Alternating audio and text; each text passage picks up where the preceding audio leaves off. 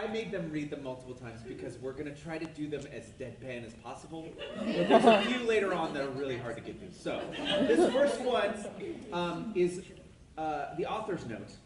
I noticed they have a section for Bible fan fiction, so I decided to write one.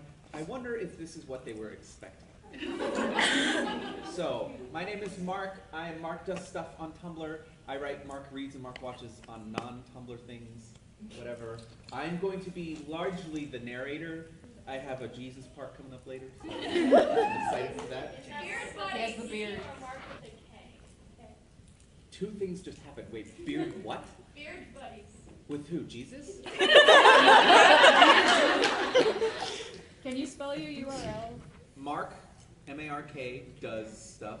D-O-E-S-S-T-U-F-F. Mark does stuff. You don't know how many dirty jokes people have made out of those.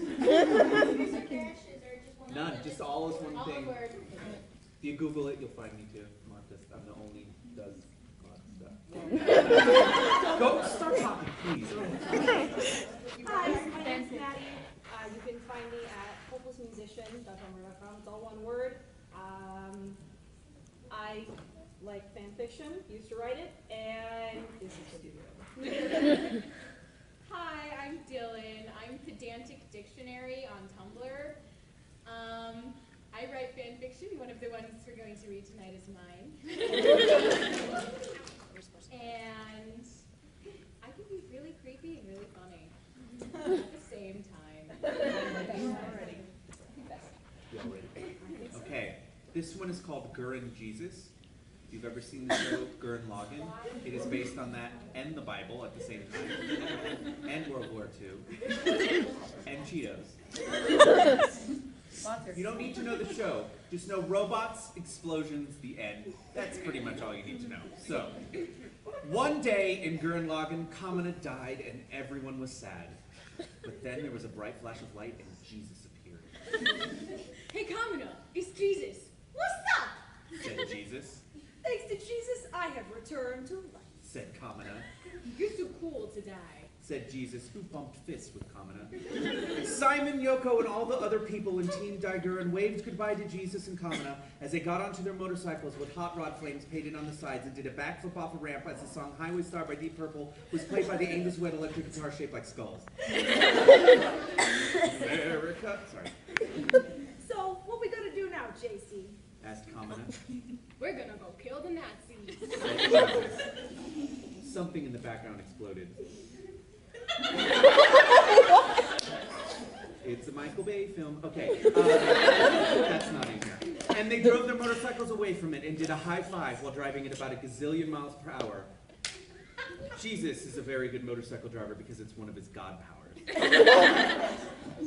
All of the Nazis were doing very evil things in a single room.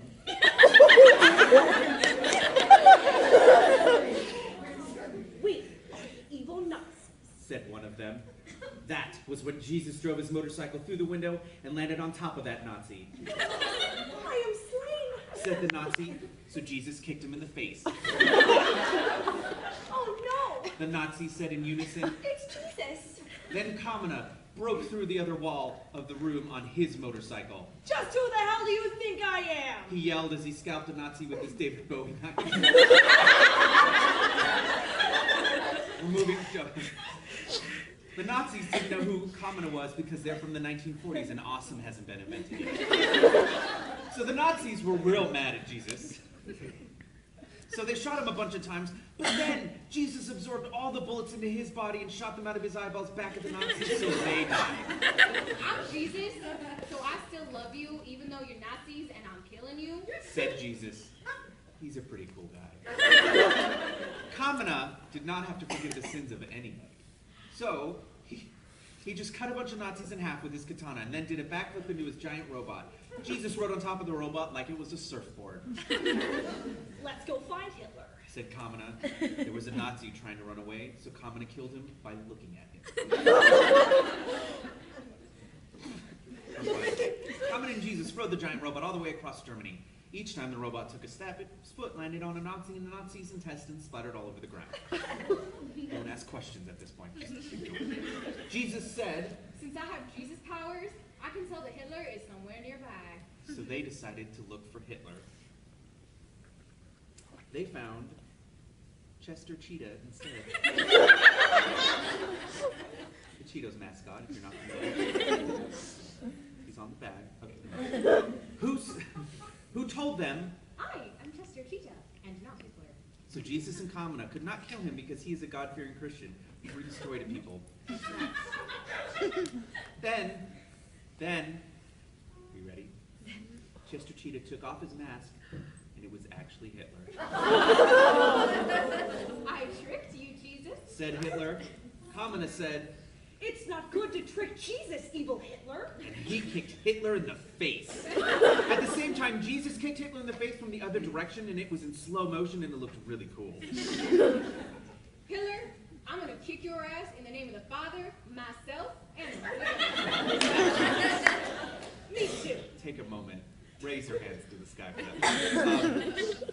So then Jesus and Kamina charged up all of this spiral energy in the universe through the power of prayer and shot a gigantic laser beam at Hitler so that he died slowly. Thank you, Kamina. Said Jesus. If you were any more awesome, you would be Jesus too. Then Kamina and Jesus high-fived each other since all the Nazis were dead. The end. How World War II actually ended. Who is doing this beautiful sheath of choice? You have no idea where this is going? The Sorting Hat lay in his usual pose, lazily crumpled up on his shelf in Dumbledore's office. He did what he always did. Oh, I'm going there. You say no, you came here. He did what he always did in his spare time, which was all the time. Prepare the song he would sing for the next year's sorting ceremony. As of now, he had written all the words and was replaying them in his mind, memorizing slowly but confidently. Suddenly, a glint of silver appeared on Dumbledore's desk and began materializing into something long and thin. The Sorting Hat's eyes opened wide with surprise and anticipation. His cherished possession, for which he was the only true resting place, was returning. The object he wasn't even sure if he owned but always came back to him was coming back to him again. After a few seconds, the sword of Gryffindor had fully solidified on the table. Narrow, but thick, and sleekly tapering. The sword displayed its alluring edge in the early evening sunlight entering aslant through the window. The rubies appeared watery, moist, and plumped in the pre-sunset gleam. If you're already freaking out, you're never going to make it through. The hilt, expertly ribbed to give a better grip, poked out from the end of the sword farthest from the Sorting Hat. He could feel it beginning, the mysterious force like magnetism, like destiny, pulling the sword and his brim toward each other. They drifted together in midair, floating in the space between the desk and the shelf. The Sorting Hat closed his cloth eyelids, bracing himself for the coming content. And there it was, the tip. Always sharper than he remembered. Grazing the inner side of his fabric, the tip snagged luxuriously in a square between the wide threads. The Sorting Hat let the tip of the sword linger there a moment, stretching his sensitive threads, even letting them tear ever so slightly with the pressure. The Sorting Hat adjusted himself to let the sword slip back out into his gaping cavity. As a gay man, this is a beautiful gay sex movie. TMI? No. The blade tickled the conical interior of the hat, making the very strings that composed him shudder with arousal. The Sorting Hat rotated himself, allowing the blade to slide delicately along his rim, each fiber in turn brushing the dangerous edge before being massaged by the cool metal underside. The Sorting Hat trembled as the sword moved unexpectedly deeper. As it pushed into the pointed tip, the Sorting Hat could feel himself stiffen from the floppy cloth he had been before to an erect triangle. Kept rigid by his own excitement as well as the support of the sturdy sword itself. The Sorting Hat panted low and heavily, opening his large woven lips to let out an extended moan of pleasure. Without him even thinking about it, his voice transitioned to music, and the second secret song he had been working on came pouring effortlessly forth. He sang in a breathy voice, the verses punctuated by quick, uncontrollable gasps.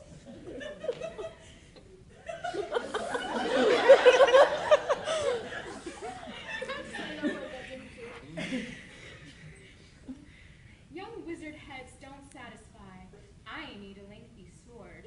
With every sorting ritual, I feel like I've been bored. I dream of you, my shining gem. I wait here for your love. I know that only your fine blade fits in me like a glove. Your silver's tantalizing strokes are slippery as grease, and I only grow to my full size when you slide in my crease. You've been to every inch of me, my every sew and weave, and nothing fills my emptiness quite like you fill my sleeve. Enter me, you lusty blade, and roam each seam and stitch, 'cause if you're good, I'll call your name, my zesty, xiphoid bitch.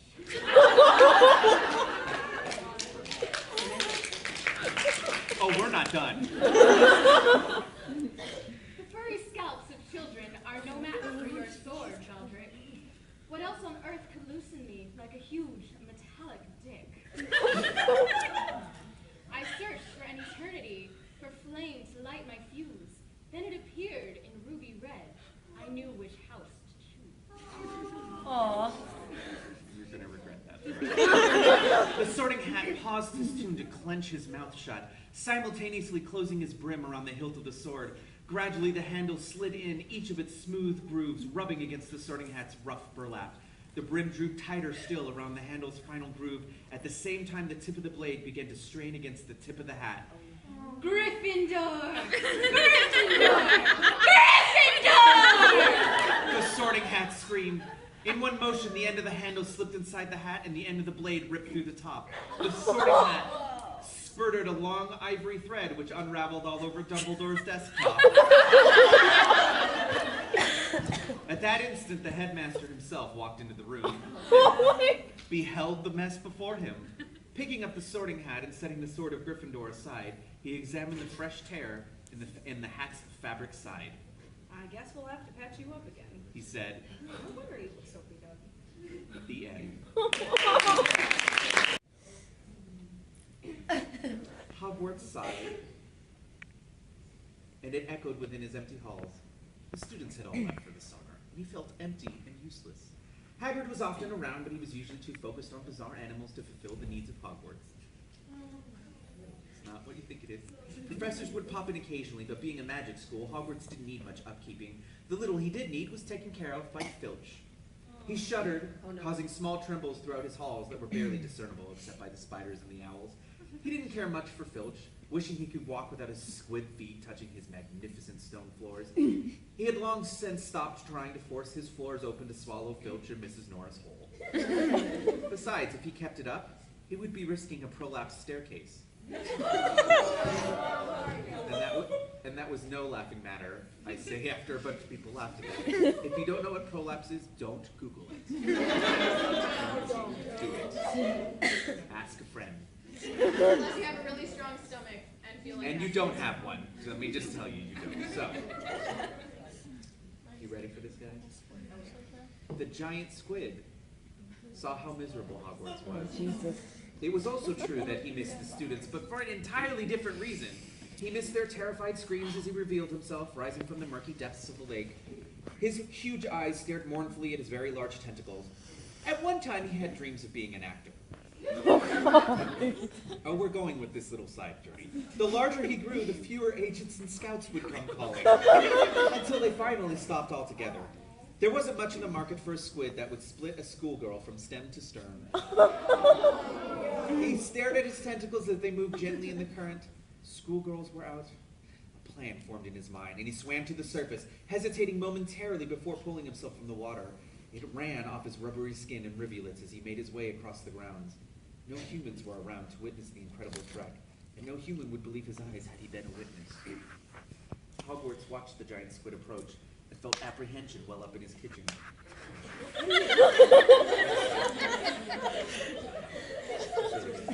What are you doing? The words weren't spoken, but they were understood. Just trust me. The giant squid replied, caressing Hogwarts' outer walls. I'm not ready. Hogwarts exclaimed, trying to push the giant squid away with his magic. Hogwarts, you're lonely. I'm lonely. We don't have to be. Besides, you can't go around manipulating your staircases. You know about that? Everyone does, sort of. That's beside the point. I've never. The temperature within rose in embarrassment. I'll go slow, I promise. He began to caress a window, teasing it open. Hogwarts sighed, the fight leaving him. He relaxed, allowing the tentacle inside, where it brushed against the inner walls before settling on the stone floor. He fashioned the suction cups to the floor, lifting the tentacle away so that it pulled on the floor without losing its grip. Half of you have the best look on your face. Another sigh swept through the halls of Hogwarts. Oh, Merlin, that feels so good. That was really good. That was good. Just believe you're Hogwarts. Okay. His rapture turned to fright as he felt the tentacle work its way into his second window. I don't. Trust me, it'll feel good. Remember this? He pulled the suction cups a little harder, and Hogwarts groaned. Do that again. The giant squid complied, and as he did so, thrust his second tentacle in. Hogwarts shuddered, coming very close to ending the fun. The giant squid backed off, unwilling to finish so soon.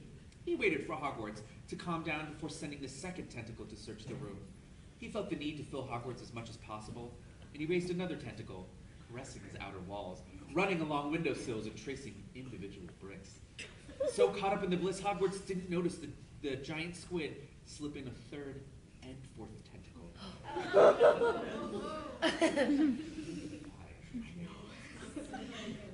This is incredible. Hogwarts breathed. This isn't even the best part. He held up his two longest tentacles. These can reach farther than a room. They can go into your hallways. I want them in.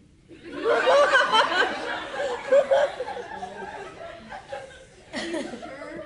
They're quite large. Apprehension rolled through his kitchen again. While he was deciding, the giant squid forced another tentacle in. You have 3 tentacles left to decide. What happens if I don't? In response, the giant squid slid a sixth into another window. He said simply, and with a hint of warning, Hogwarts could take them all. He knew he could. But what would the other wizarding schools think?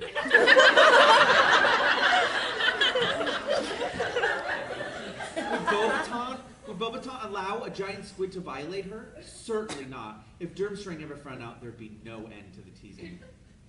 But the giant squid grew impatient and slid a 7th tentacle into a window, followed immediately by an 8th. 2, 1. Time's up, and you didn't decide. What? But that's not fair. It's a simple answer, yes or no. Now I'll have to punish you. And with that, he struck Hogwarts square on the outer wall with a paddle-like tentacle. Don't ask. I don't know. Hogwarts yelped and tried to squirm away, but the tentacles and his foundation held firm. The giant squid struck him with the other. Again and again, he spanked the naughty wizarding squid until he sobbed for the giant squid to stop. And still he spanked. The giant squid finally stopped, but Hogwarts didn't have time for a reprieve before the giant squid forced his extra-long spanking tentacles into 2 separate windows. Wow, y'all came in at a real fun line. They slid through the room and forced the doors open, the pain only adding to Hogwarts' pleasure. The tentacles were in the halls now, massaging the long stone tunnels. This is incredible. The giant squid thought. He really should have done this ages ago. Every tentacle was in a different window. No schoolgirl, no matter how many movies she made, could hold all 10 tentacles at once. So there's 10 of them, that's answer. And gives 1,000 more. Each one moved differently and with a different pace, driving Hogwarts wild with the inability to match his speed. He felt that familiar feeling and doubled his efforts. Ink. Ink exploded all over Hogwarts, some finding its way into the windows. He unified his tentacles somewhat, completely focused on Hogwarts. He must be close. And then it happened. Who wants to guess? What's that?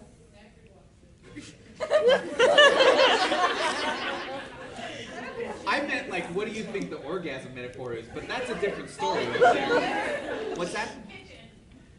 All the water. Must be the kitchen. You're kind of close, and then you're so wrong. Water shot out of faucets, toilets overflowed, and bread set in ovens to keep warm by thoughtful house elves exploded.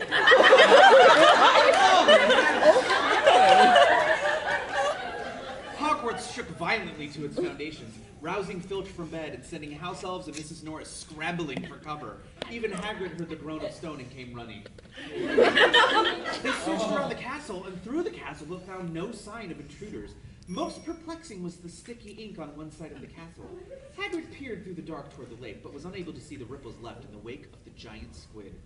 The giant squid slipped beneath the waves, wanting to grin, even though his beak was incapable.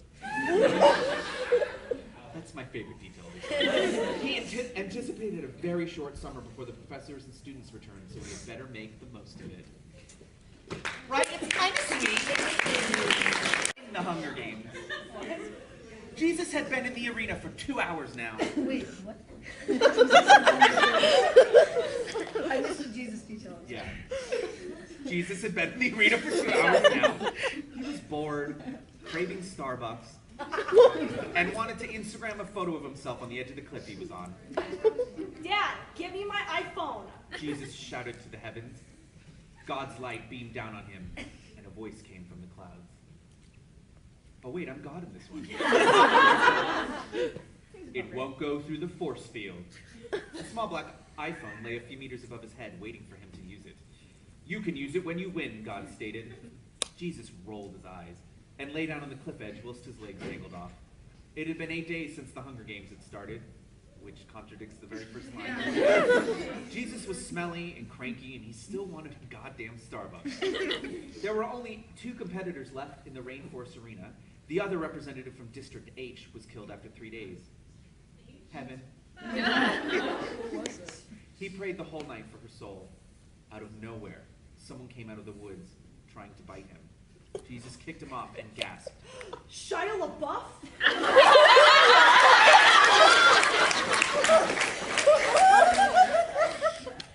I'll kill you! He growled. Once again, Shia attempted to bite Jesus like the cannibal that he was. As he tried to stop him, Shia... Why didn't you act up the Hogwarts and giant squid? I regret saying that, okay? As he tried to stop him, Shia managed to bite his finger and tear it clean off his hand, and then gnawed on it like a dog with a bone. Cautiously, Jesus walked over to him and took it gently from his mouth. Shia straightened up and followed it with his eyes as Jesus mourned his lost finger.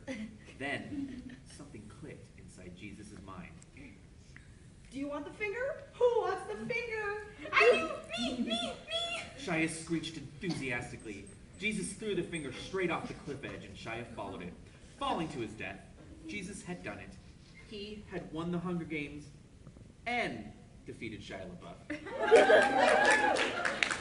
The force field around the arena switched off, and his phone smacked him straight on the head.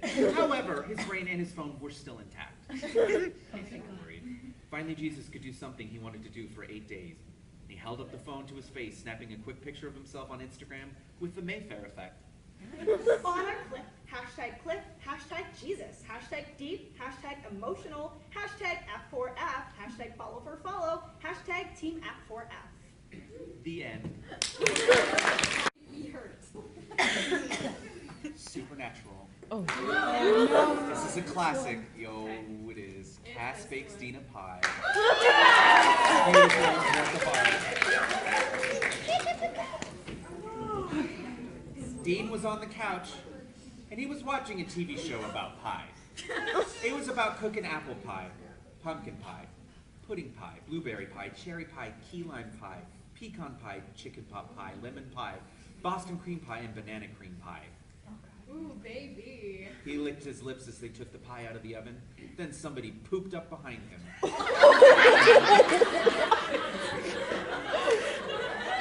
Just a pile of poop and he wrote it down.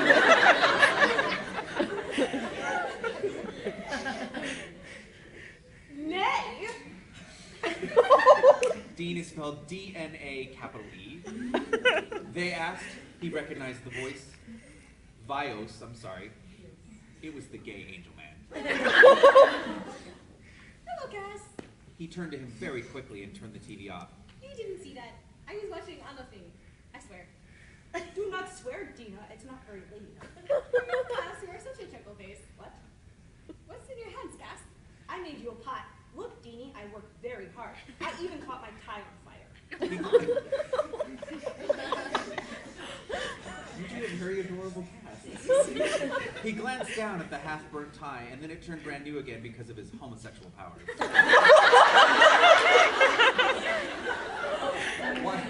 Why didn't I get those? That's not fair. I guess I got sucked in.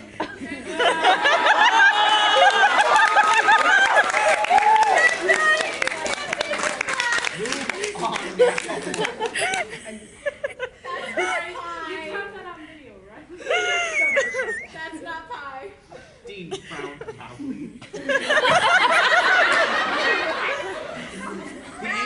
The angel's eyebrows lifted sad-like. Yes, it is. I worked hard. No, look at it. The Anelg, A-N-E-L-G, looked at the flat piece of dough in his hands. A single apple slice rested in the middle of it, and it wasn't even cooked.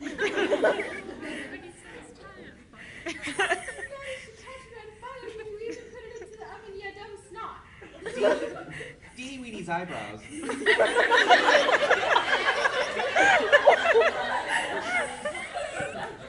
were so red after I said Dee Weenie's. Dee Dee's weenie. Oh no.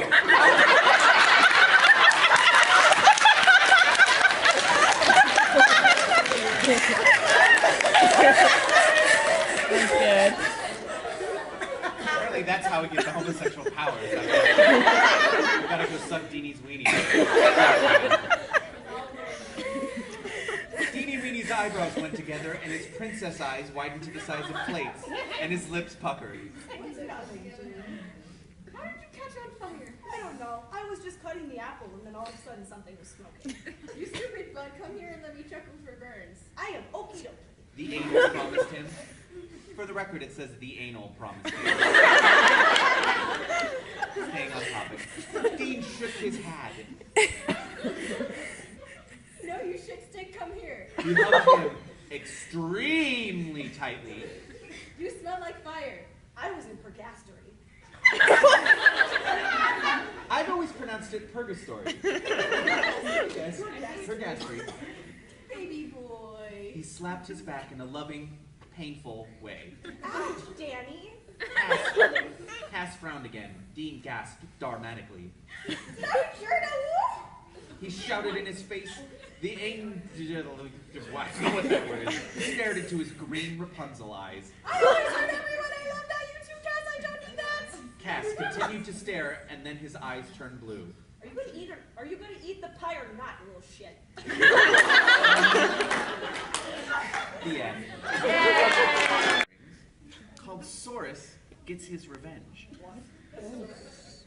S-A-U-R-U-S. Don't spoil the thing, you'll know. Not Sauron. The Lord of the Rings, Saurus Gets His Revenge. Once upon a time, the wizard Gandalf, O-F-F, or O-F, was walking around when he saw the evil wizard Saurus looking at him. Saurus had once been a dinosaur. Or something. Which is everything in existence, so we don't know what they are. But was now a giant eyeball. The eyeball had fire on it, like a devil's eye. Gandalf never liked Saurus, and so he asked his friend, Frodo, who was a little troll. The first time I read this, some dude was like, he's not a fucking troll! This isn't real, don't worry about it. So he asked his friend Frodo, who was a little troll, to kill Saurus with a magic ring that made you invisible. That way, Frodo could sneak into the volcano where Saurus lived and kill him without him knowing. He needed to be invisible because even if he was just really careful, Saurus could still see him because his eye was huge. It was like a really huge eyeball. Frodo and some of his friends went on a long trip to find the volcano where Saurus lived. Finally, they found it.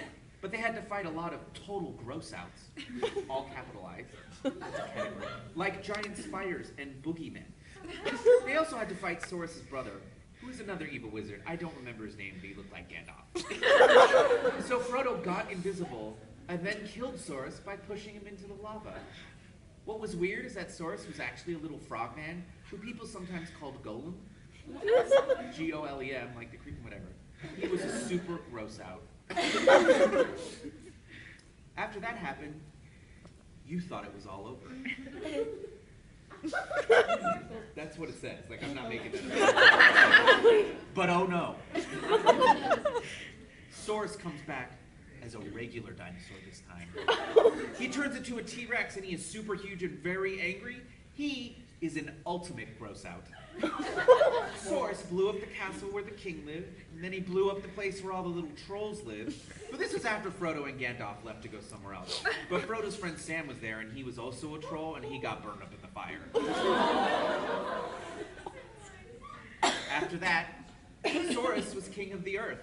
No one could beat him, because no one can beat a giant fucking dinosaur. Long live Saurus.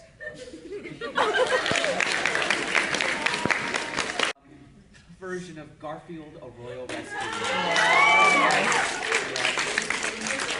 If you have never heard of this fic, it's by a user named Shakespeare Hemingway. You'll see a lot of that influence in his work. Garfield, the Royal Rescue. Garfield was relaxing, having some scotch and lasagna, when John Arbuckle came with emergency news. Garfield, it is terrible. I have bad news. John Arbuckle said, with crying words. Stop your sad stories and give me your thoughts. Garfield said, with serious demands. It is terrible, Garfield. Kate Middleton and Prince William are getting married, but you are not invited. John Arbuckle said, with outrage. This is lies. Roared Garfield, with angry voice. It is true. Look and see. John Arbuckle showed Garfield a letter that came through mailboxes. We're just getting started. Dear Garfield, you are not invited to royal wedding, sincerely Royal England family. Said the letter with insults. Invite this! Shouted Garfield as he tore up the letter with his manly hands. Thus begins the part where we don't know whether he's a man or a cat.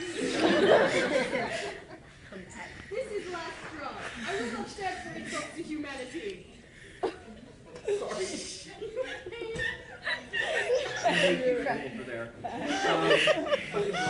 Garfield cried out to the ceiling, with fist clenched, with justice. What will you do, Garfield? Asked John Arbuckle, with wondering. I will do what any good man does when insulted with words. I will crush wedding with righteousness. Garfield roared, with determination. It will be dangerous. Royal edicts are there with power. That's not what edict means. Sorry. John Arbuckle warned, with caution. The only edict I serve is my fist. Said Garfield as he walked out, with intentions. This is so cool. Meanwhile, in England, Buckingham Palace, one night, Prince William and Kate Middleton were getting ready for marriage ceremonies. Kate Middleton, soon we will be in marriage and all will be well. You will be Princess of England and all will bow to you. Said Prince William, with celebration. Yes, I am happiness, but I wish Garfield was here. I am missing Garfield's macho charm and rugged good looks. Kate Middleton said, with distant longing. Forget Garfield. He is not coming for as long as I am prince of this land. You will be mine and mine alone. Said Prince William, grasping Kate Middleton tightly. But Said Kate Middleton, with whimper.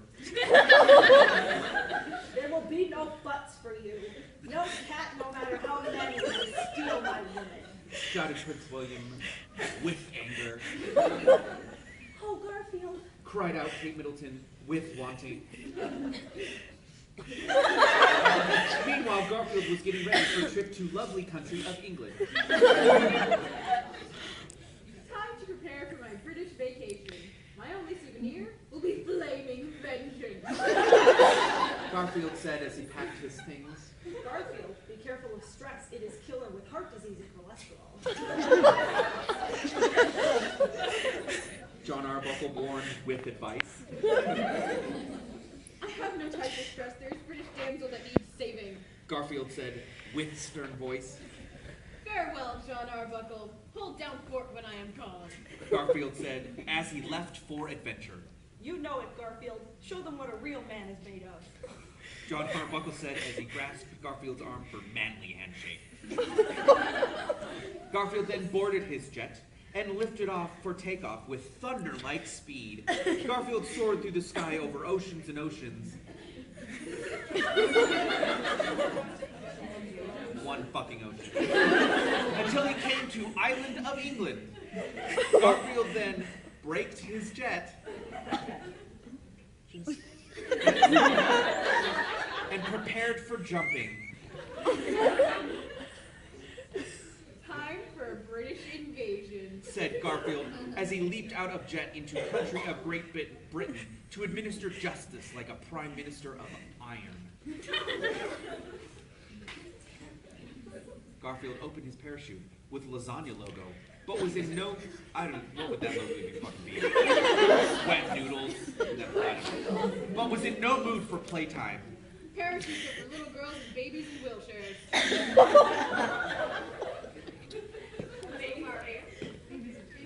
Yeah, no, babies in wheelchairs, that's what it says. You're confused. Little girls, babies in wheelchairs, parachutes. Said Garfield as he cut his parachute off for free-for-all fun. Meanwhile, in Buckingham Palace, Prince William was dressing up in wedding clothes. All of a sudden, he sensed great power. No, it cannot be. It must be my imagination playing tricks on me. Said Prince William with self-delusional fear. Whoa. Prince William, we are almost ready for the wedding. Said the servants. Very well. I am almost ready. Now leave before I am lashing your back.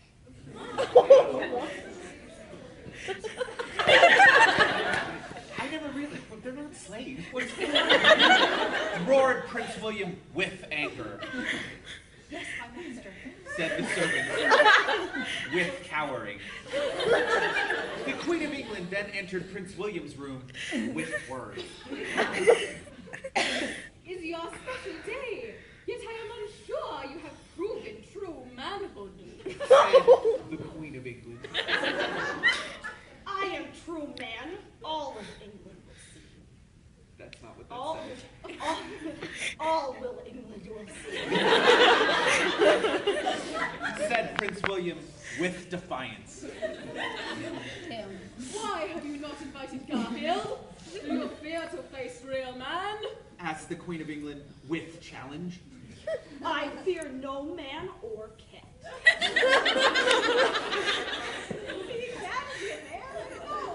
Shouted Prince William as he tossed champagne glass at mirror, shattering all into millions in fits of anger. Don't ask, just accept it, it happened. I am the Prince of English. All will cower. No. I am the Prince of... You can do it, we're fine. We're adults. I am the Prince of all English. All will cower before my monarchal might. Not even Garfield can defeat me. Declared Prince William with royal decree. Meanwhile, Garfield was walking in the streets of London with purpose. As Garfield walked with strength steps, Englishmen cheered him and shouted his name with joy.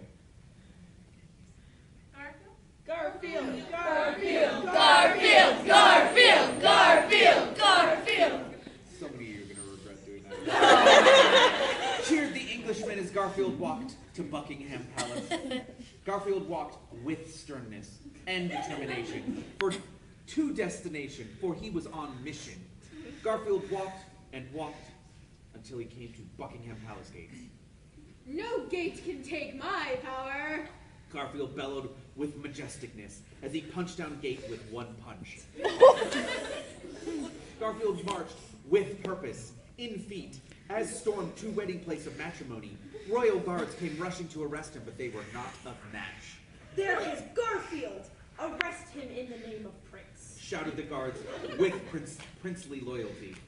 Relax, my English hombres. You are being relieved of duty. Said Garfield chilly as he hit royal guards with fists and feet of speed like typhoons, sending them flying miles high and exploding. Garfield picked up a guard and raised him high in air like feather.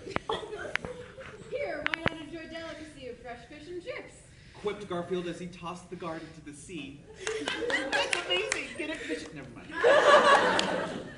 There's plenty of salt for you in there. Said Garfield with cleverness as he walked away. Garfield marched on his mission until he came to wedding parties with food and drink. More guards came for ambushing, but Garfield handled it like man. It is tea time, have a sip. Said Garfield as he took tea kettle and tossed it at the guards. Ah, no! Cried out the guards as the tea melted them into skeletons.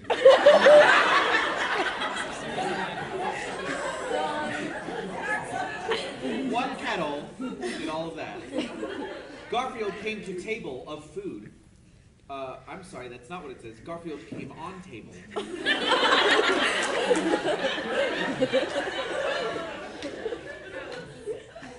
I've not even done the sentence. It's going to get so much worse. Garfield came on table of food with wedding guests sitting around and celebrating.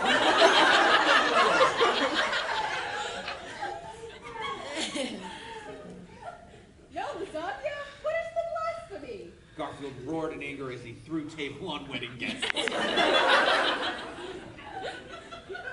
Lasagna is food of warriors and kings. Do not be forgetting this, you worm. Garfield roared as he walked on. Garfield soon came upon wedding ceremony with Prince William and Kate Middleton at altar being wed.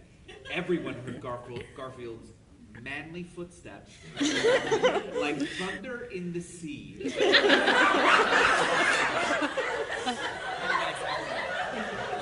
Are you okay? Okay, I'm sure.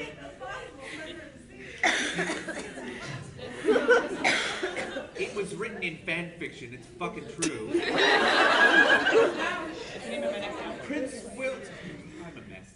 Prince William turned around, saw his fears become realities.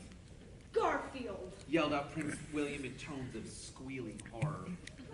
How rude, have you not heard royal tradition? It is the rule that I am first to have woman before marriage. Garfield stated with cold fact. Garfield, you will never have my woman. I am Prince, I am above all. Declared Prince William with arrogant laugh. Garfield did a little improv over here. Garfield looked at Prince William with... I forgot about this line. Garfield looked at Prince William with eyes of sea. Not even done. And spoke with words of saying.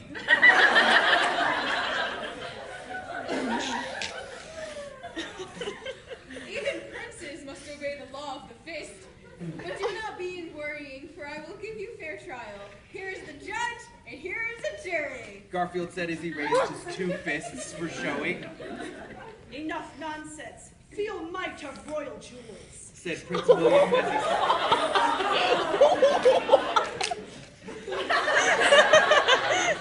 It's strangely not what you think it is. I'd never heard of that. Said Prince William as he snapped his fingers. At Prince William's commands, noise was heard. It didn't exist, it was just heard. Mighty Big Ben transformed into giant laser cannon and aimed at Garfield with blasting intent. Tick-tock, it is 12 o'clock. Time to die. Said Prince William with mocking words. At those words, Big Ben fired at Garfield with beams of fury. However, Garfield was not laser-phased.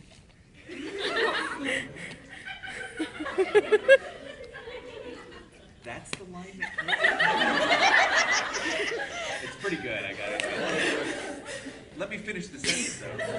However, Garfield was not laser phased and backhanded the laser beam with ease.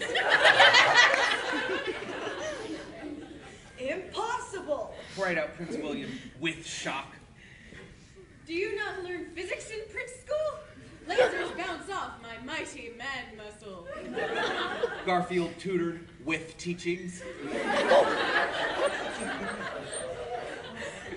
I silence your mockery forever. Die! Yelled Prince William as he took out longsword and thrust it at Garfield. But Garfield caught his arm in midair and crushed bones with crab-like grip. It looks like your time has just run out. Quipped Garfield as he tossed Prince William into Big Ben, exploding them both. No! Cried out Prince William as he crashed into Big Ben for explosion. Good night, sweet prince. Said Garfield with, see the Hemingway, or the Shakespeare, never mind. Said Garfield with cool words as he walked away. After victory, Kate Middleton ran to Garfield and embraced him with arms.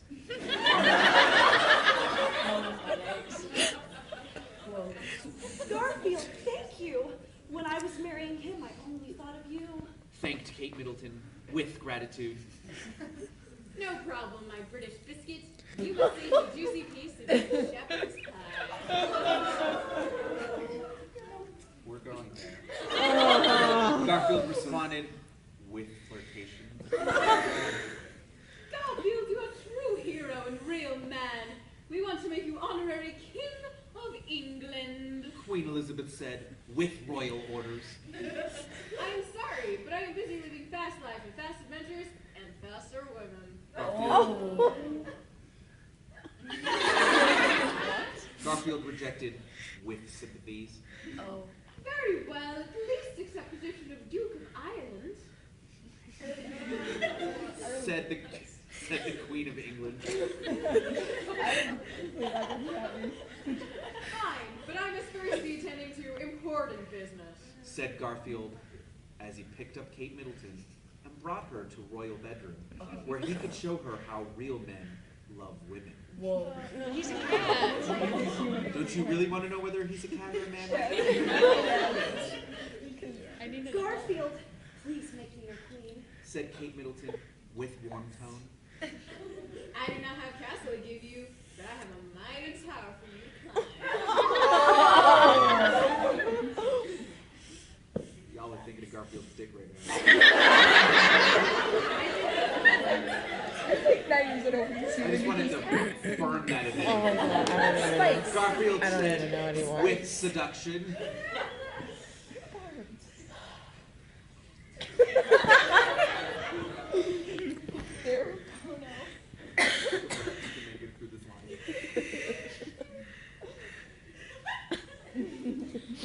Garfield, I want you to joust me like a valiant knight. Kate Middleton cried out with desire. Garfield then rode Kate Middleton like a mighty knight taming a wild stallion.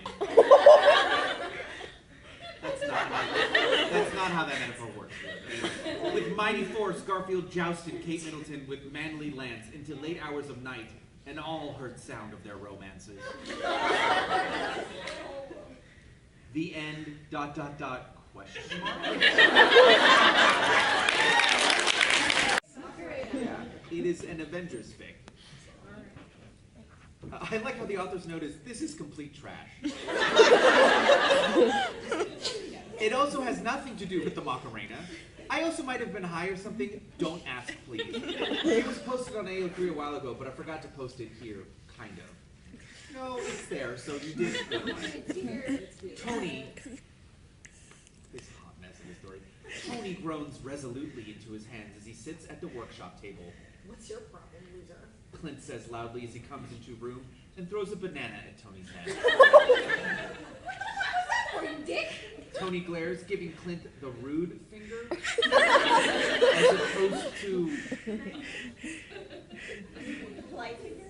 Maybe he's talking about fingering him.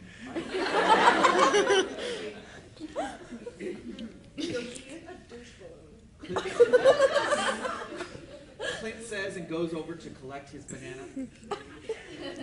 Is this about your fanboy crush on the frozen ice block? Oh. It's cute, right? He demands obnoxiously and swings up to sit in the rafters, peeling back his banana. Shut up, pigeon man.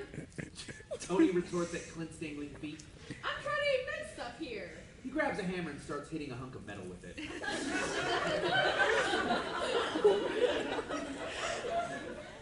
I could totally help you with mating rituals. Also, that hunk of metal looks like your face. Clint tells him and Tony swings angrily, hitting it extra hard out of furious angst, and it bounces back and bashes him in the face. Ow! Fuck you, Clint, you shit! He screams and throws the hammer as hard as he can with his mighty man muscles. What is with that? Because they knew that Jewish girl was going to be reading this. I do like mighty man muscles. What's wrong with you tonight? It's not as bad as sucking beans dick. That's so mighty man muscles. Bruce is walking through the door with a plate of sandwiches. And the hammer flies across the room and the handle smacks him in the face.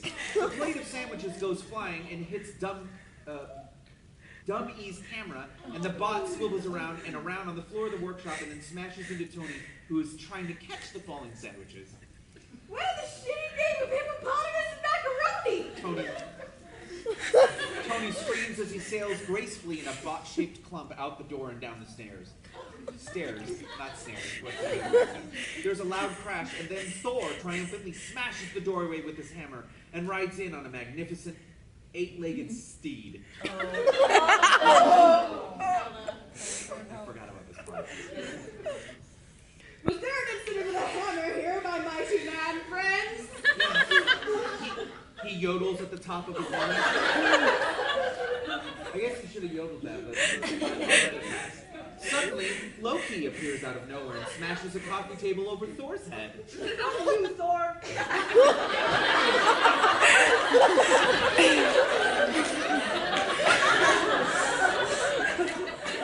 You made it. Okay.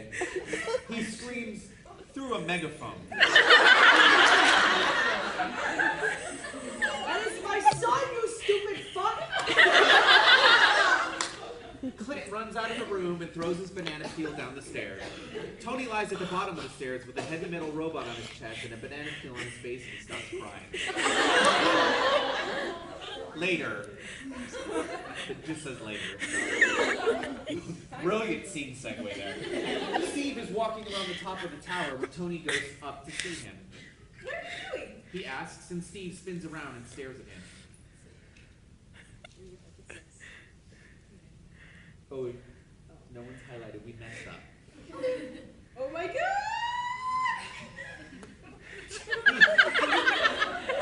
He yells, throwing his arms in the air. Why does everyone keep asking me that? Tony opens his mouth in surprise, and Natasha leaps onto the roof from somewhere below and throws a bowl of chopped onions into his mouth.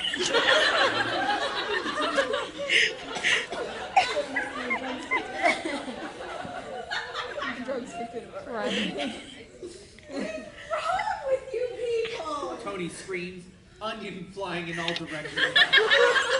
He falls to his knees. You're all insane! Natasha declares, Do the hokey pokey. and Bungie jumps off the roof. Save my life! Tony weeps and Steve pats him on the head and says, Here there. What are you doing up here anyway? Tony asks, and Steve turns to him and solemnly says, The vegetables in the fridge were going rotten, so I had to take them up here and throw them off the roof of Shield. Off of the roof. So Shield doesn't charge us for carrot cruelty. It just gets stranger and stranger. Tony ignores him because he's going to go crazy and needs to see a therapist. That's a beautiful story. He says and pulls a steak out of his pocket and gives it to Steve. Steak like the food, not like oh, that crossover. Never mind. Steve screams and leaps away, Bungie jumping off the tower. apparently. How did they get the bungees on there? I don't know. Loki. Damn it, Loki. Are you fucking kidding me? Tony screams and slides down the garbage chute to chase him. Apparently bungee jumping's not good enough for him.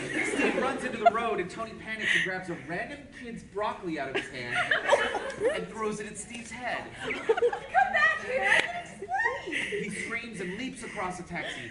Steve runs into a Walmart and Tony finds him standing in the fridge next to all the frozen peas.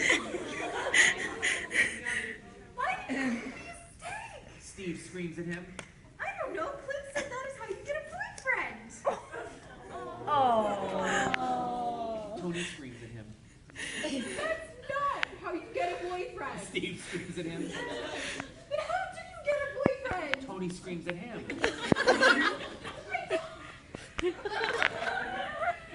I don't know. We didn't have boyfriends in the 40s.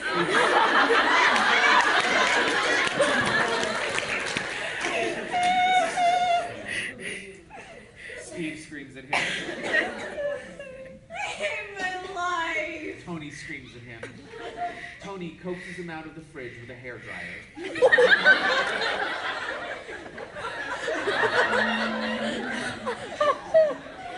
There's so many levels to what that could mean.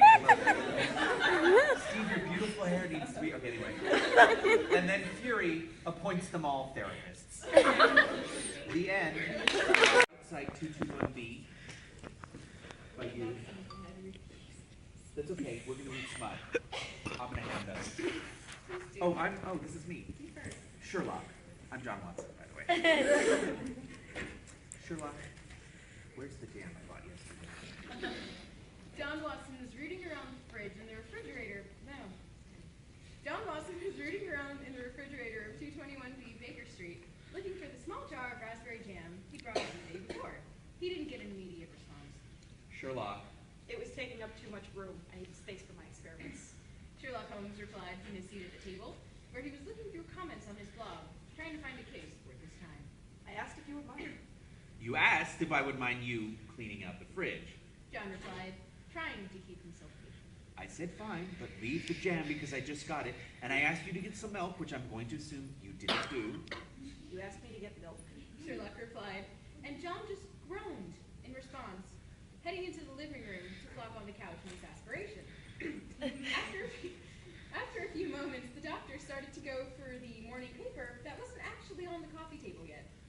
He groaned to himself. He groans a lot. And got up from the couch, starting to head for the door, still wearing his pajamas and robe. Sherlock didn't notice, absorbed as he was in what he was doing. John descended the stairs to the door of the flat and opened it, expecting nothing more than the morning paper on a quiet sidewalk. The paper was there, but that wasn't the only thing there. Next to the paper, and in fact still slowly bleeding on it, was what appeared to be a dead body. You have got to be kidding me.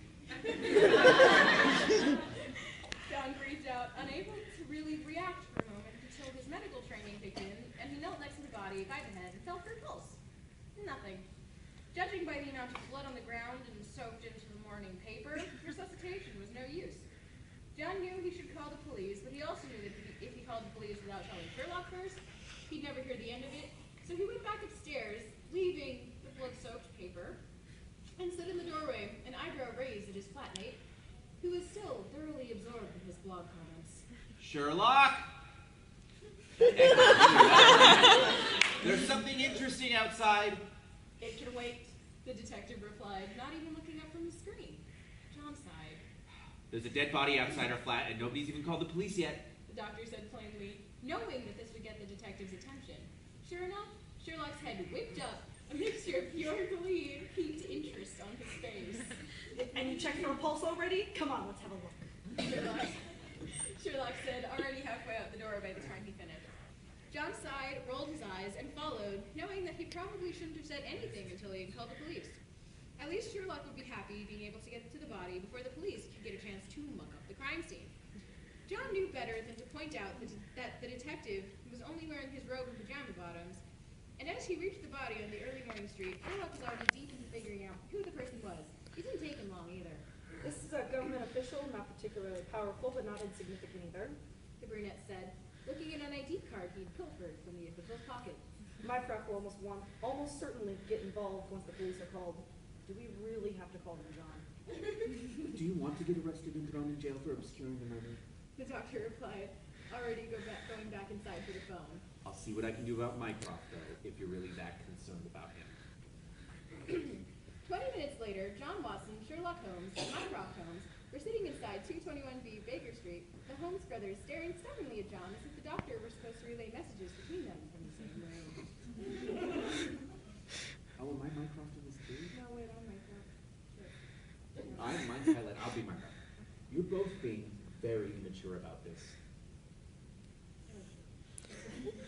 The shorter man said after several minutes of intense police staring. No, this is No actually shit. John This Watson. is This John. is John. I can't read. Don't look at me. Maybe if you work together on this, it'll get solved much more quickly. He'll always slow me down. Sherlock groaned and replied, as if it were absurd that John would even suggest working with Mycroft, who raised an eyebrow. He wouldn't bother following any kind of legal procedure, the elder Holmes said, which I am obligated to follow, so really he would slow me down. Sherlock scoffed at the comment. Something to say, Sherlock? No, not at all. Sherlock said. It was obvious there was plenty he wanted to say. Everybody in the room knew what it was, though. John sighed and pinched the bridge of his nose. No matter how quickly this gets solved, it's going to be a long case. The doctor muttered. And I'm going to want to kill any person I know with the last name Holmes. Sherlock, I trust your judgment on things like this.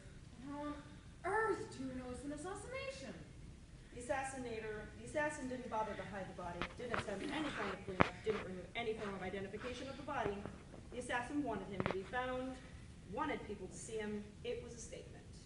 Maybe he was in the wrong place at the wrong time, saw something he shouldn't have, and got taken out of the picture. That was the case, there would have been footprints in the blood. The assassin was careful not to step in it. He came up behind the victim, killed him, and left without getting a drop of blood on himself. John had long since given up attempting to alert the brothers that he was leaving the room. He simply got up and left to distract himself with whatever distraction he could think of. And at that particular moment, it was his 13th cup of coffee that day. When he re-entered the room, and they were still arguing on the same point, he growled to himself. Would you both shut up? The doctor shouted, catching the attention of both Sherlock and Mycroft immediately. How about, instead of trying to prove each other wrong at every turn, you try to prove each other right? Try to help each other. You're both brilliant, and this will go much more quickly if you just wait to get or work. Oh,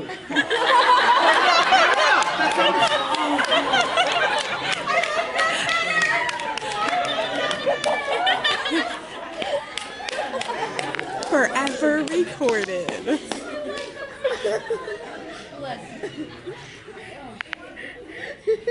I feel so hot in my face.